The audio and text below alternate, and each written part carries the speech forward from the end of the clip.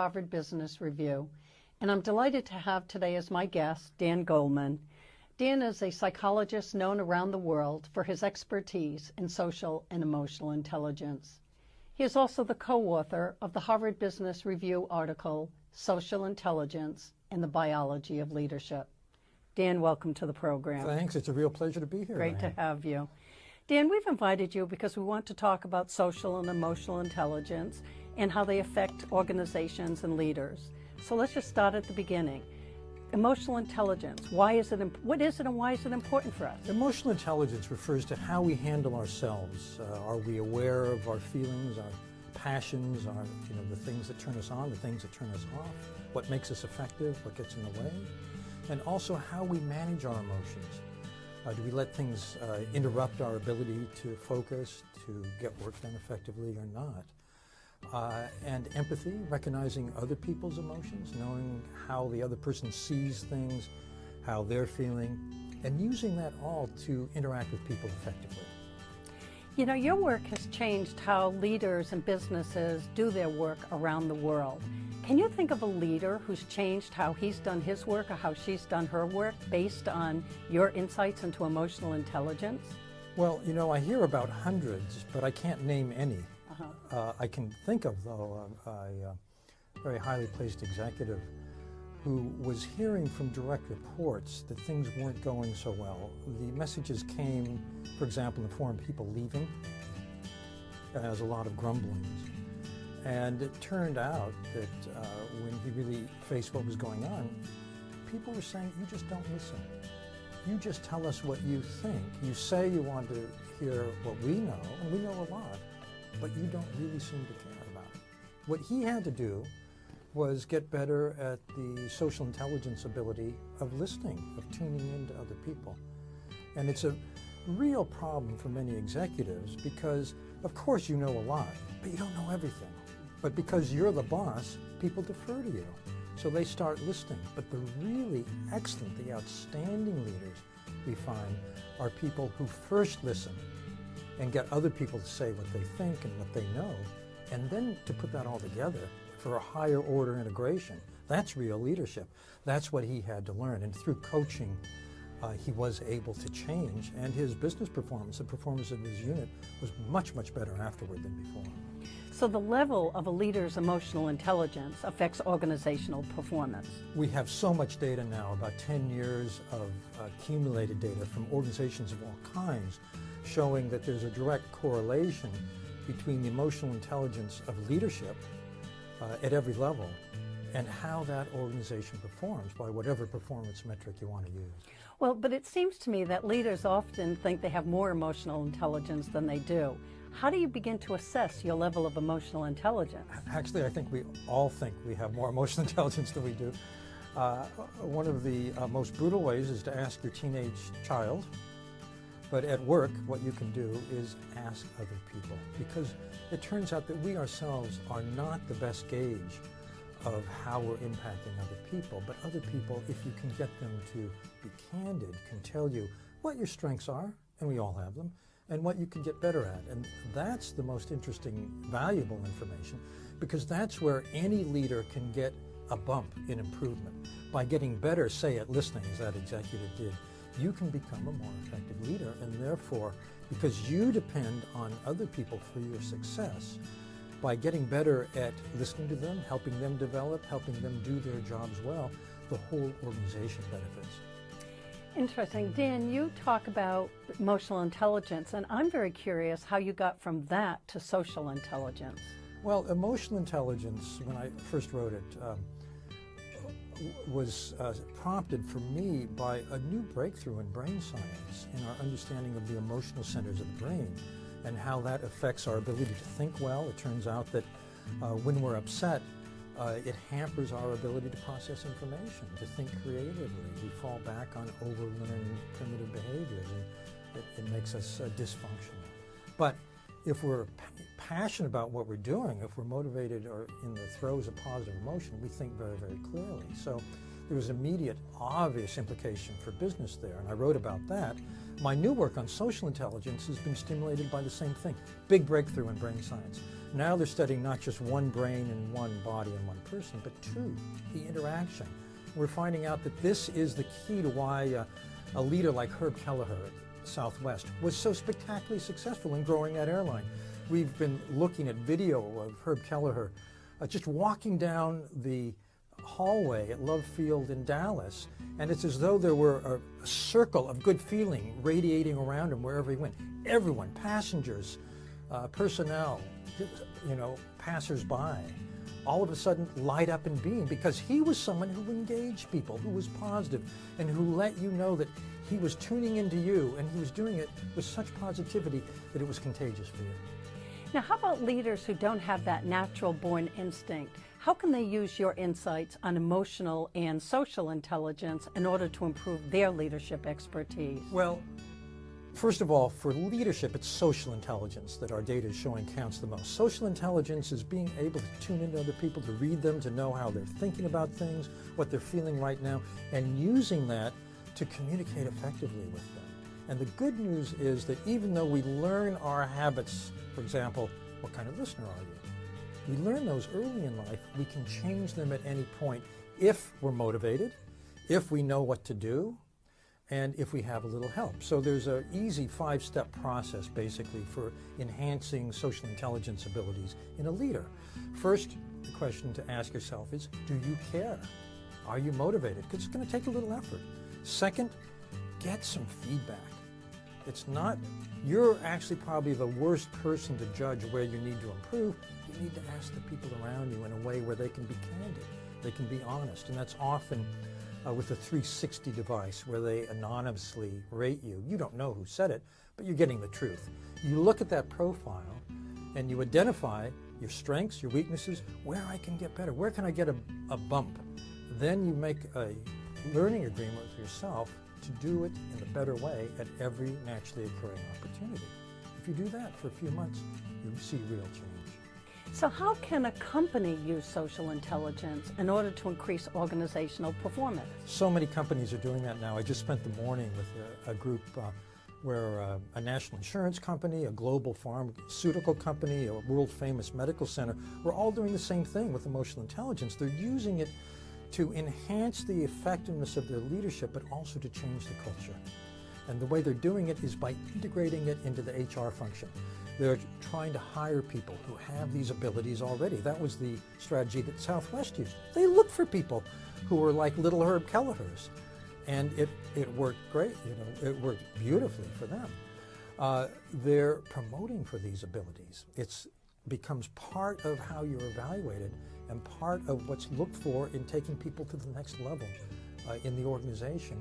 And they're also putting a lot of effort into individual development to help everybody grow these abilities to a greater strength. So if we were to go back and sum up for our audience today, you would say the difference between emotional and social intelligence is? Emotional intelligence really has to do with self-mastery, how you handle yourself, and it makes outstanding individual performers. There are so many people in the world of work that are excellent, but they're excellent because of their own efforts, and they have very good discipline, they have very good motivation, they have drive. These are individual abilities. But when it comes to leadership, your success depends on everyone else's being effective. So you need to be successful by influencing, persuading, developing, growing, inspiring, motivating other people. That's the social intelligence ability. It requires empathy and requires skilled interaction, and that's what makes a great leader. Dan, one of the problems that companies really have is figuring out how to hire people, because it's so difficult to hire people and know what their emotional and social intelligence levels are. So how do you go about trying to find little Herb Kellehers? Well, first of all, if you're looking for a Herb Kelleher type, you have to expand the criterion, because Herb was a unique individual. He was extremely extroverted, extremely up. But social intelligence doesn't always look like that. One of the sure signs of social intelligence is rapport. You feel comfortable with the person. You feel they're paying full attention. You feel they are really listening to you. They're really attuning. They're really empathizing. And we all know what that feels like. We feel felt. When you're with someone like that, you have chemistry. That's one of the sure signs. Dan Goleman, thank you very much. Diane Coutu, it was a real pleasure. Thank you.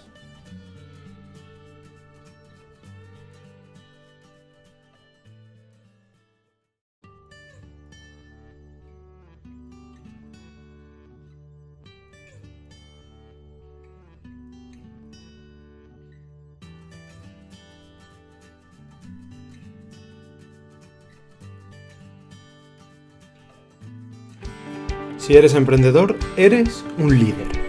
Un líder que debe llevar adelante productos y proyectos, tu proyecto. Pero claro, ¿todos los líderes son iguales? Por supuesto que no. Si te parece, vamos a repasar juntos los 10 tipos de líderes que podemos encontrar. Liderazgo autocrático. El liderazgo autocrático se resume en que los líderes tienen el poder absoluto sobre sus trabajadores o equipos. Estos miembros tienen una pequeña oportunidad de dar sugerencias, aunque sean para el bien del equipo o de la organización.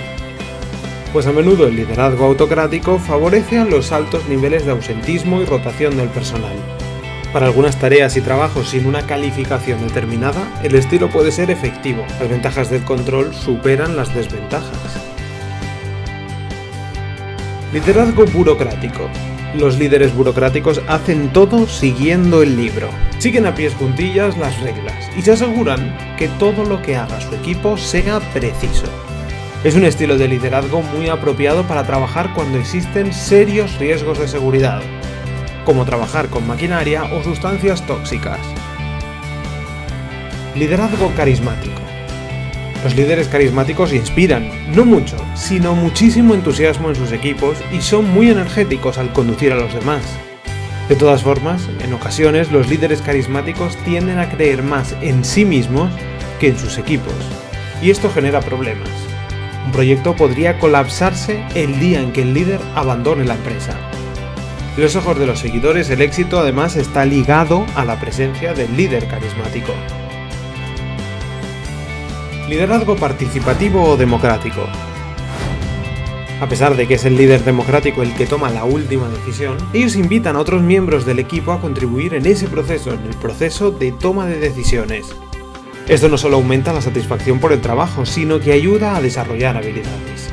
Los miembros del equipo sienten el control de su propio destino, así que están motivados a trabajar duro, más que por una recompensa económica.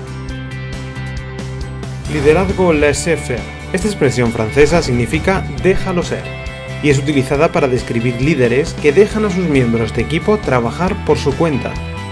Puede ser efectivo si los líderes monitorean lo que se está logrando y lo comunican al equipo regularmente. A menudo este tipo de liderazgo es efectivo cuando los individuos tienen mucha experiencia e iniciativa propia. Liderazgo orientado a personas. Con el liderazgo orientado a las personas, los líderes están completamente orientados a organizar, hacer de soporte y desarrollar sus equipos. Es un estilo participativo y tiende a fomentar la colaboración creativa. Liderazgo natural. Cuando alguien en cualquier nivel de una organización lidera simplemente por satisfacer las necesidades de un equipo, se describe como líder natural. Algunos lo llaman incluso liderazgo servil. De muchas maneras, este tipo es una forma democrática de liderazgo porque todo el equipo participa en el proceso de toma de decisiones. Quienes apoyan el modelo de liderazgo natural dicen que es una buena forma de trabajo en un mundo donde los valores son cada vez más importantes. Liderazgo orientado a la tarea. Los líderes altamente orientados a la tarea se focalizan en que el trabajo se haya cumplido y pueden llegar a ser un tanto autocráticos. Estos líderes son muy buenos para definir el trabajo y los roles necesarios, ordenar estructuras, planificar, organizar y controlar. Pero no tienden a pensar mucho en el bienestar de sus equipos, así que tienen problemas para motivar y retener a sus colaboradores. Liderazgo transaccional. Este estilo de liderazgo nace con la idea de que los miembros del equipo acuerdan obedecer completamente a su líder cuando aceptan el trabajo. La transacción es el pago a cambio del esfuerzo y la aceptación hacia las tareas que les da su líder. El líder tiene derecho a castigar a quien considere que su trabajo no está como él desea. El liderazgo transaccional es un tipo de management, no un verdadero estilo de liderazgo, porque el foco es hacia la ejecución de tareas a corto plazo.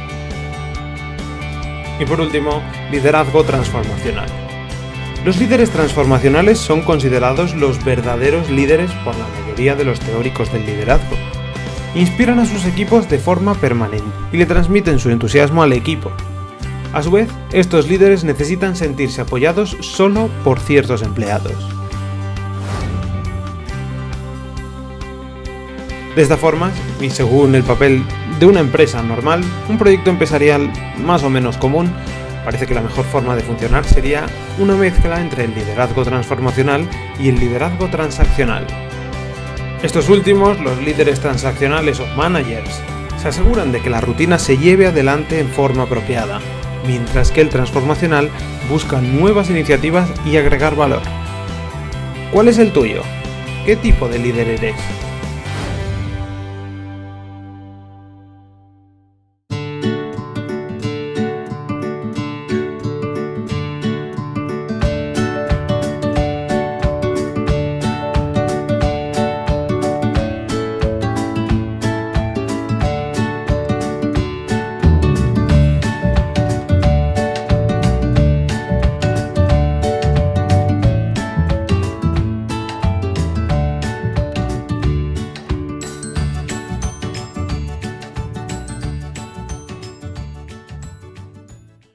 Mi nombre es Javier Murillo, soy profesor de la Universidad Autónoma de Madrid y coordinador del doctorado en educación de esa universidad.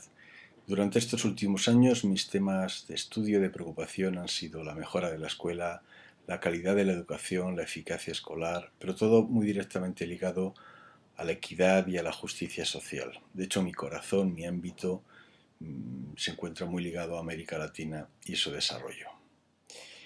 En esta breve presentación me gustaría focalizar algunos aspectos sobre los que vamos a trabajar. Y todo ello se basa en la idea de la importancia de la cultura escolar como elemento clave para el cambio. La idea fundamental es que no podemos cambiar la educación, no podemos cambiar la escuela si no prestamos atención a la cultura escolar. Ya no es una cuestión de aptitud, es una cuestión de actitud. Quizás un elemento que ejemplifica qué es este cambio cultural del que estamos hablando. Cuando nosotros vemos otras profesiones y nos preguntamos quién es el profesional, qué características tiene el profesional que hace los trabajos más difíciles, el cirujano que hace esas operaciones a corazón abierto, esos trasplantes múltiples, el ingeniero que hace esos puentes, esos rascacielos, vemos que son las profesionales que más saben y los mejor pagados. ¿Y quién es quien hace los trabajos más difíciles en educación? Pues no es precisamente los que más saben, los mejor pagados. En muchas ocasiones en esas escuelas de desempeño difíciles, en barrios complicados, en las ciudades, en zonas rurales, son los interinos, los recién llegados, los recién egresados de la universidad los que las atienden. Y en las propias escuelas, quien toman esos grupos difíciles, esos que nadie quiere, no son precisamente los más experimentados, los que más saben, los que más ganan, sino justo los que acaban de llegar. Este planteamiento es el que nos lleva de fondo, que si queremos cambiar la educación tenemos que cambiar eso, esas ideas, esa razón por el cual no se distribuye el trabajo como debe ser. Y eso es una cuestión fundamentalmente de cultura. La idea que vamos a seguir en la presentación es, en primer lugar, ver cómo a lo largo del tiempo se ha pasado del interés por los procesos de enseñanza-aprendizaje al interés por la organización hasta llegar al interés actual, que es la cultura. Solo si cambiamos la cultura podemos cambiar los centros. Es una cuestión de actitud. De ahí vamos a ver algunos elementos que caracterizan esas normas culturales que nos pueden ayudar a mejorar la escuela. Cuestiones como la autocomplacencia, qué gran pecado en educación. El que crea que lo hace bien está en el mejor camino de hacerlo mal. El optimismo, el trabajo en equipo, el respeto por los otros, el riesgo, ¿por qué no? Y de esos elementos vamos a trabajar con tres especialmente, que son el aprendizaje, la colaboración y el apoyo. El aprendizaje porque ahora sabemos, no nos cabe ninguna duda, que si queremos que nuestros estudiantes aprendan, todos tenemos que aprender. En segundo lugar, la colaboración, porque sin colaboración, sin un compromiso, de todos es muy difícil conseguir esa mejora de la escuela, ese sentido de pertenencia tan importante en la escuela. En tercer lugar, la ayuda. Qué difícil es en educación pedir ayuda, solicitar ayuda, prestar ayuda. Parece que estamos encerrados en nuestra pequeña burbuja. Y de esos tres elementos vamos a cerrar con tres estrategias de cambio que se está trabajando en todo el mundo. En primer lugar, lo que son las comunidades profesionales de aprendizaje, nada que ver con las comunidades de aprendizaje, como es una estrategia de cambio que se basa en el aprendizaje de todos a partir de la colaboración y el apoyo mutuo. lo que es el liderazgo de todos, el liderazgo distribuido, que seguramente que se ha hablado en estas sesiones, como una estrategia de cambio en la escuela. Y en tercer lugar, las redes de aprendizaje. Ya no podemos hacer las cosas solos, tenemos que trabajar en colaboración con los colegas y con otras escuelas.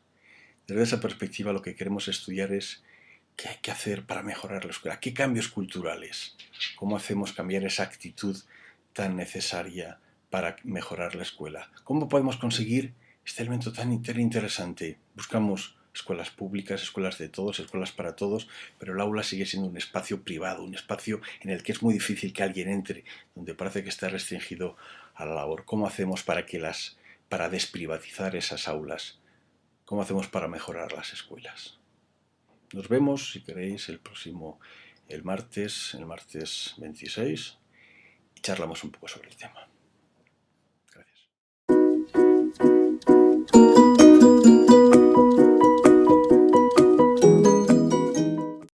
Yo creo que una de las cosas que tenemos como problema en México es la equidad. Los pueblos rurales, indígenas, los pueblos dispersos, las comunidades rurales urbanas marginales son las que están recibiendo menos recursos educativos y no solamente financieros, ¿no? Yo creo que podemos decir lo mismo de los recursos humanos, sobre todo quizás de los recursos humanos, que no siempre son los recursos mejor formados los que se van a los lugares que más los necesitan. Lo primero que tenemos que lograr es que tengamos una capacidad de distribuir calidad a toda la población, y eso significa darle más a los que menos tienen, porque están en peores condiciones para empezar una carrera hacia la calidad de la educación. México es un país muy grande y es un país muy diverso, y todavía nuestras políticas educativas son centralistas y son homogéneas. Es bien necesario que empecemos, que profundicemos mucho la descentralización o la federalización educativa, que se lleve la descentralización más abajo, a un lugar más cercano a la escuela, donde están los directores y los maestros que necesitan un apoyo de manera continua. Es decir, que se dote a las zonas escolares de muchas mayores capacidades para poder apoyar las escuelas en aquello que lo necesitan, y que se reconozca que cada escuela es distinta, ¿no? Y cada contexto es diferente. Luego, lo otro que tenemos que hacer es atender a los docentes. Todavía nuestra formación de docentes deja muchísimo que desear. No estamos formando docentes con calidad, ni los estamos formando como nos está exigiendo la época actual formar a nuestros niños, ¿no? Entonces estamos formando a los docentes con métodos antiguos, y entonces ellos van a salir ciertos años después a seguir formando con métodos antiguos a los que ahora necesitan métodos enteramente diferentes, ¿no? Tenemos que tener la capacidad de escoger a los mejores, a los que de veras tienen vocación, a los que tienen, digamos, como las posibilidades de crecer en materia profesional como docentes, hacer de la profesión docente una verdadera profesión en donde nos reconozcamos que el docente tiene que tomar decisiones responsables.